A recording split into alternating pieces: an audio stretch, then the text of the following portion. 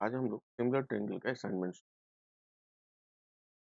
Assignment को solve करने से पहले रिवाइज कर लें।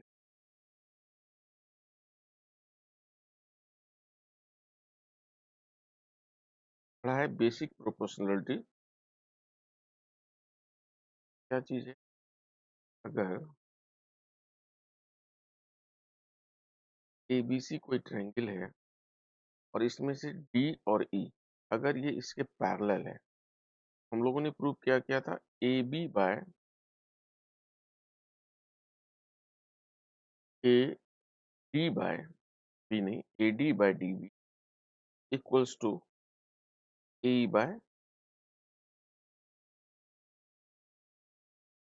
इसी में से अगर +1 करेंगे तो ये हो जाएगा A B by D B equals to A C by A C. Similarly हम लोग लिख सकते हैं क्या, A B by A D equals to A C by A भी लिख सकते हैं, और सबका रेसिप्रोकल भी होगा। ठीक है, ये तीन चीजें हमने एक तो थ्योरम में प्रूव किया था, दो कॉरोलरी में प्रूव किया था, और सबका रेसिप्रोकल भी सही है। दूसरी चीज हम लोगों ने सीखा है, अगर कोई भी दो ट्रायंगल, अगर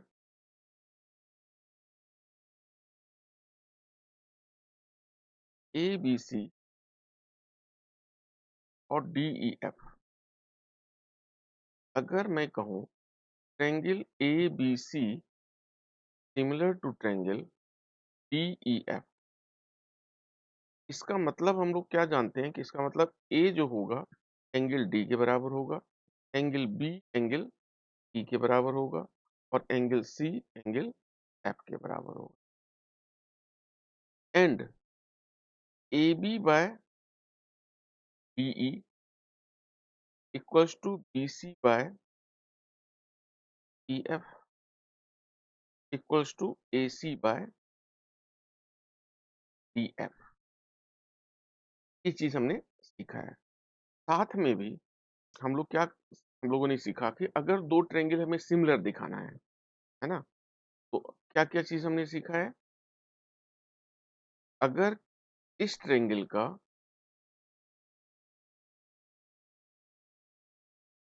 एंगल इस ट्रायंगल के एंगल के इक्वल हो, जैसे ये मान लो इसके बराबर है, और ये एंगल अगर इसके बराबर हो, तो ये दोनों ट्रायंगल क्या हो जाएगा, सिमिलर हो जाएगा। क्योंकि दो एंगल अगर इक्वल है, तीसरा तीसरे के बराबर तो होगा ही होगा, है ना।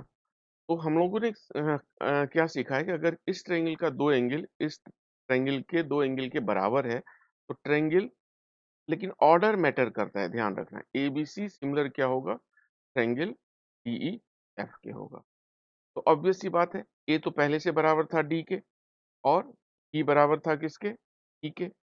अब क्या हो जाएगा, सी जो हो जाएगा वो एफ के बराबर होगा, जो पहले से भी एंगल सम प्रॉपर्टी से हो ही जाता। लेकिन अगर दो ट्रायंगल सिमिलर है, तो अब क्या होगा, साइड भी प्रोपोर्शनल होंगे, जैसे यहाँ लिखा था। इसमें ऑर्डर क्यों मैटर करता है, मैं बताता हूँ। अगर ये ट्रायंगल,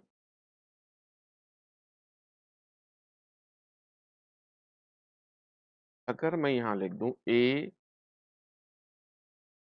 अगर मान लो ये एंगल इस एंगल के बराबर है ना, तो नाम दे देते हैं डीई एफ, और ये एंगल अगर इसके बराबर है, तो इस तरफ तो हम कुछ भी लिख सकते हैं, लेफ्ट ए क्या लिख सकते हैं, triangle A B C similar to, लेकिन इधर हम अपनी मर्जी से कुछ भी नहीं लिख सकते।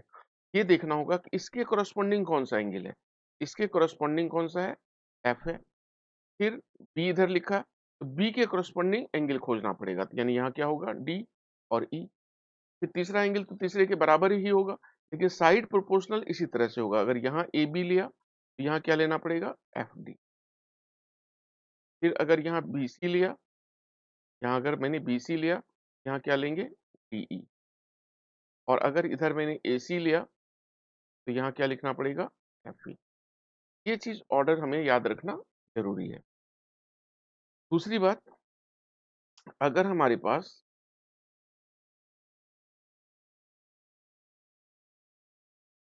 ये दो ट्रायंगल में अगर ये साइड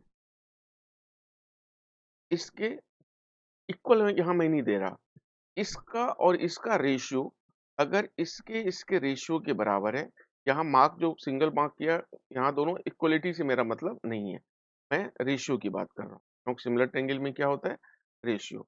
कॉन्ग्रुएंसी में हम इक्वलिटी की बात करते हैं। मैंने यहाँ कहा कि अगर A B by D F equals to A C by D कहा, and this angle equals to this angle कहा, angle A is equal to angle D, तो हम कहते हैं क्या, तो बाय, इसको इसको कौन सी प्रॉपर्टी से हम सिमिलर कहते हैं, बाय ए सिमिलरिटी या ट्रिपल ए भी लोग लिखते हैं, ए सिमिलरिटी प्रॉपर्टी। इसको क्या कहते हैं, एस से एस सिमिलरिटी प्रॉपर्टी। और इस तरफ ऑर्डर कुछ भी तुम दे दो, कोई फर्क नहीं पड़ेगा, ए बी सी लिख दो, लेकिन इधर जब लिखेंगे तो सोच के लिखेंगे किसके कोरस्पॉन्डिंग कौन सा है। तो कैसे पता चलता है, यहाँ ए बी लिया, ए बी यहाँ सिंगल मार्क किया मैंने, यहाँ क्या हो जाएगा, डी एफ हो जाएगा, और तीसरा तो बन गया ई। यहां से हमें पता चल जाता है ए डी के बराबर है, देखो ए डी के बराबर है, तो बी भी किसके बराबर हो जाएगा, एफ के बराबर हो जाएगा, और सी किसके बराबर हो जाएगा, के बराबर हो जाएगा। ठीक है, तो अगर दो ट्रायंगल सिमिलर है तो एंगल्स क्या होगा, कॉरस्पॉन्डिंग एंगल्स इक्वल हो जाएंगे, और साइड भी प्रोपोर्शनल हो जाएगा, दो तो पहले से है, तो तीसरा क्या हो जाएगा, बी सी बाय या बी सी के बराबर हो जाएगा, वो तो बाद में हो जाएगा जब सिमिलर प्रूव कर दिया तो। लेकिन ऑर्डर में मेरा बताने का मतलब ये था कि ऑर्डर मेंटेन करता है। एक चीज और जान लेते हैं, मिसलेनियस अगर एनसीईआरटी किया होगा तो उसमें क्या है, एक एंगल बाइसेक्टर थ्योरम होगा, मिसलेनियस का पहला ही क्वेश्चन है ना, ये अगर ये ट्रायंगल में ए बी सी अगर दे रखा है, और ये जो है एंगल बाइसेक्टर है, मतलब ये वाला पार्ट इस वाले के इक्वल है, तो A B by A C equals to क्या होता है, बी डी बाय, इसको क्या बोलते हैं, एंगल बाइसेक्टर थ्योरम। तो इतना चीज हमें दिमाग में रख के तब असाइनमेंट हम शुरू कर सकते हैं। हाँ, तो देखो अब फर्स्ट क्वेश्चन से हम स्टार्ट करते हैं।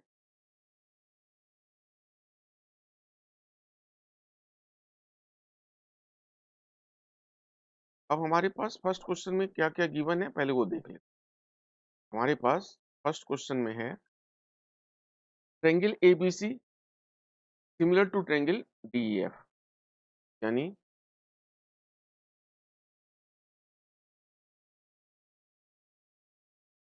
हमने इसको एबीसी मान लिया और ये दोनों सिमिलर गिवन है, और ए बी का डबल क्या है, डी, अगर ये एक्स है तो ये क्या है, वो एक्स है, ठीक है, और बी सी हमारे पास डी है, और हमें ई एफ निकालने बोला है। तो अगर हमारे पास triangle A B C similar है ट्रायंगल डी ई एफ के, तो हम लोग क्या लिख सकते हैं, A B by D E equals to by F. A B हमने एक्स माना है और ये 2x दे रखा था, बी सी 3 है, तो ई एफ रहने दिया, ये तो फाइंड ही करना है। तो यहाँ से क्या हो जाएगा, क्रॉस मल्टीप्लीकेशन से E F is equal to 6, और सेंटीमीटर यूनिट दे रखा है इसलिए हमने इसको सेंटीमीटर लिख दिया। पहले का आंसर कौन सा हो जाएगा, क्या। अब नेक्स्ट क्वेश्चन देखो,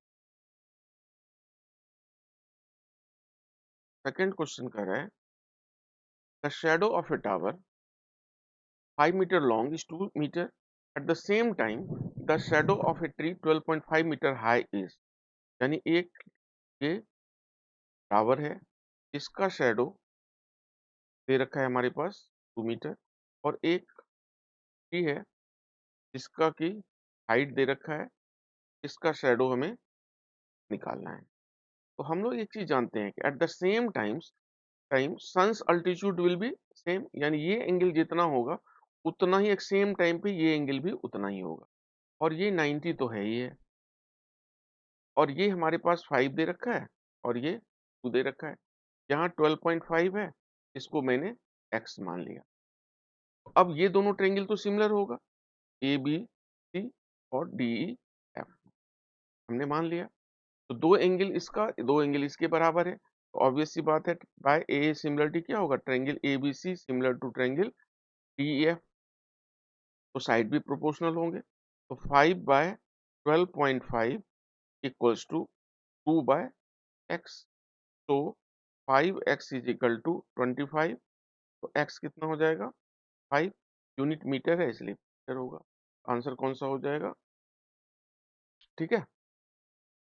अब नेक्स्ट क्वेश्चन देखो, यहाँ कह रहा है कि triangle P Q R similar है एक्स वाई जेड के और एंगल क्यू 50 है। तो देखो हम लोग क्या समझते हैं इसको, अगर हमारे पास सिमिलर है तो यानी पी एक्स के बराबर होगा, क्यू वाई के बराबर होगा और आर जेड के बराबर होगा। तो क्यू हमारे पास दे रखा है 50, हमारे पास क्यू दे रखा है 50। अगर एंगल क्यू 50 है तो ये एंगल क्यू किसके बराबर होगा, एंगल वाई के। फिर एंगल आर दे रखा है 70। ऐसा क्यों लिख रहे हैं, क्योंकि ट्रायंगल सिमिलर है तो करस्पॉन्डिंग एंगल भी इक्वल होंगे। तो ये 70 है, तो ये किसके बराबर है, आर जेड के बराबर है। तो देखो एक ट्रायंगल में ये दो एंगल दे रखा है, तो ऑब्वियस सी बात है पी कितना हो जाएगा बाय एंगल सम प्रॉपर्टी से 60। तो एंगल पी किसके बराबर हो जाएगा, एंगल एक्स के।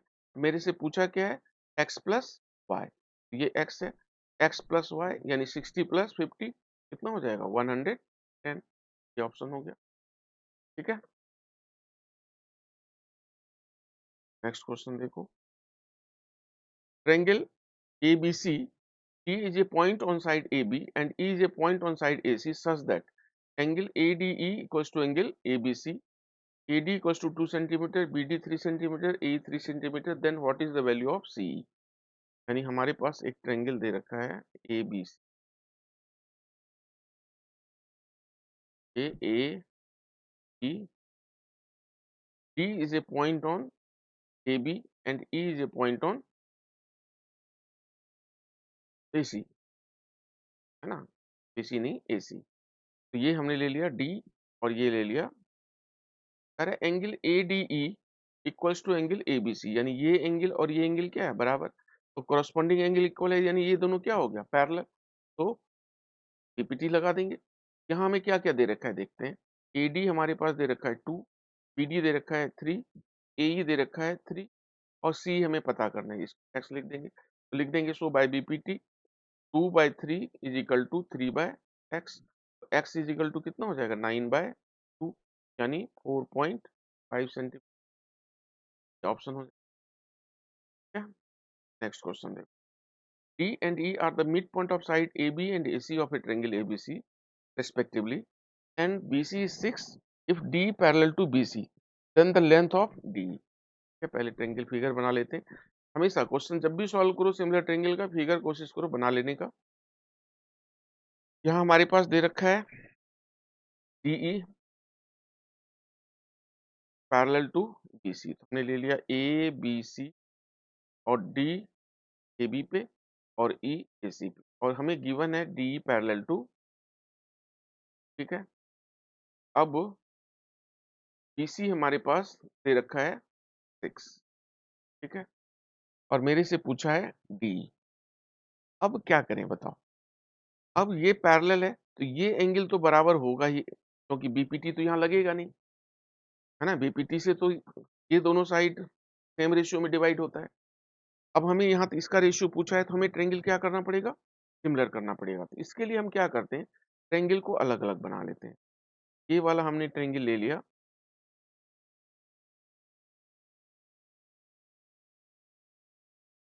अच्छा इसमें तो मिड पॉइंट थ्योरम इजीली लगा सकते हैं, इसकी जरूरत ही नहीं है। अगर ये मिड पॉइंट भी तो गिवन है, D and E are midpoints of A B and midpoint of A C, तो मिड पॉइंट थ्योरम से क्या हो जाएगा, डी ई जो हो जाएगा हाफ ऑफ बी सी। ये हमने कहाँ पढ़ा होगा? 9th में ही पढ़ा होगा, मिड पॉइंट थ्योरम। यानी ये मिड पॉइंट थ्योरम का यूज कर, है ना? ठीक है, नेक्स्ट क्वेश्चन देखो। 6 क्वेश्चन में कह रहा है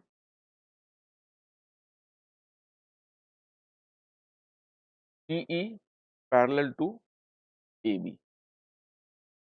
AB A दे रखा है, B X दे रखा है, B E दे रखा है और AC C दे रखा है। Then X expressed in terms of ABC। देखो यहाँ वही चीज है, ये एंगल तो कॉमन है किस ट्रायंगल में? CED में, और ये एंगल दोनों क्या होगा? बराबर होगा। तो इस ट्रायंगल में और इस ट्रायंगल में सी सी के बराबर और ये एंगल इसके बराबर, तो ये दोनों ट्रायंगल सिमिलर हो जाएंगे बाय ए सिमिलरिटी प्रॉपर्टी। तो क्या हो जाएगा? साइड क्या होगा? प्रोपोर्शनल। तो एक्स बाय ए अगर लिया तो एक्स के करस्पॉन्डिंग साइड यहाँ क्या होगा? एक्स के करस्पॉन्डिंग ए मैंने लिख लिया। अब यहाँ मैंने सी ले लिया, तो सी के करस्पॉन्डिंग इस बड़े वाले ट्रायंगल में क्या होगा? B plus. तो इसका आंसर क्या हो जाएगा? X equals to A C by B plus. यहाँ ऑप्शन में कि कहीं नहीं है, किसी में भी डाल दो, दोनों सेम ही है। हमने बी को बना दिया, वो देख लेना, है ना? क्योंकि यहाँ हम स्प्रिंट है, कोई तो होगा ही, या तो ये होगा या ये होगा। मैंने बना दिया एक कोई। नेक्स्ट क्वेश्चन देख। In triangle ABC, AB 3 centimetre and AC is 4 centimetre and AD is the bisector of angle A। अभी हमने सीखा बाइसेक्टर, एंगल बाइसेक्टर थ्योरम का यूज कर लेंगे। हमारे पास ये ट्रायंगल है, ये हमने इसका बाइसेक्टर मान लिया, ठीक है? तो ABC ट्रायंगल है, इसमें AD क्या है? बाइसेक्टर ऑफ एंगल BAC है, ठीक है? तो AB हमारे पास 3 है, AC हमारे पास 4 है। तो पूछा है क्या? Find the ratio of BD is to DC। यही रेशियो, सेम रेशियो होता है, यानी 3:4, यानी आंसर क्या हो जाएगा? सी।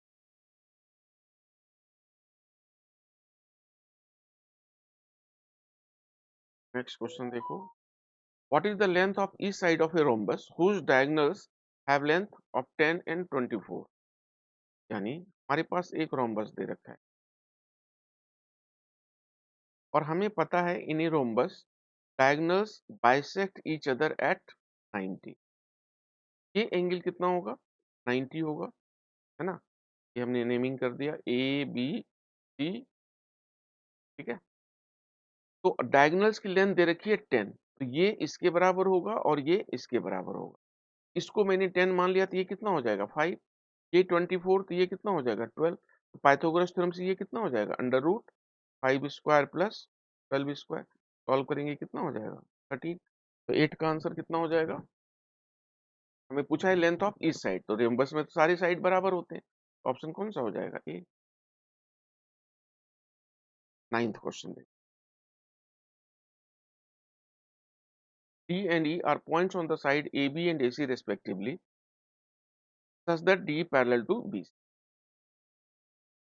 यानी कि यहाँ BPT लग सकता है, देख लेते हैं। कोई चीज देखा, या तो BPT या तो सिमिलर ट्रायंगल। ABC दे रखा है हमारे पास triangle, DE parallel to BC दे रखा है। तो कह रहे then X the value of X is 4 when AD is X, DB is X minus 2 and AE is X plus 2 and EC is X minus 4। By BPT क्या होगा? X by X minus 2 equals to X plus 2 बाय X minus 1। X square minus X equals to क्या हो जाएगा? X square minus 4। X square cut गया, यानी x की value 4। ये तो स्टेटमेंट करेक्ट हो गया, value of X is 4। If a line is parallel to one side of a triangle then it divides the other two side in the same ratio. यानी ये तो प्रॉपर्टी है, इसी का तो हमने यूज किया। यानी ऑप्शन कौन सा हो जाएगा? A and B both are true and this is the explanation of this, कह सकते हैं। तो इसका मतलब आंसर कौन सा होगा? करेक्ट एक्सप्लेनेशन ऑफ, यानी आंसर क्या होगा? ए हो जाएगा। नेक्स्ट क्वेश्चन देखो। If a line intersect AB and AC of a triangle at D and E such that क्या मिसप्रिंट है कुछ? डी पैरेलल टू बीसी होना, बस that D is parallel to BC.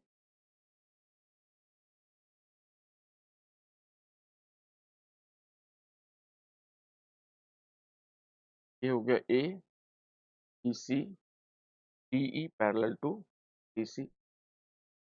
वो कह रहा है कि A B by A C, A B by A C is equal to A D by A. अभी हमने बीपीटी में तुम्हें सिखाया कि अगर बीपीटी के कॉरोलरी से हम क्या लिख सकते हैं, A B by A D equals to A C by A E, तो लिख ही सकते हैं। तो ए सी को इंटरचेंज कर देते हैं ए डी से, तो A B by A C equals to A D by A E.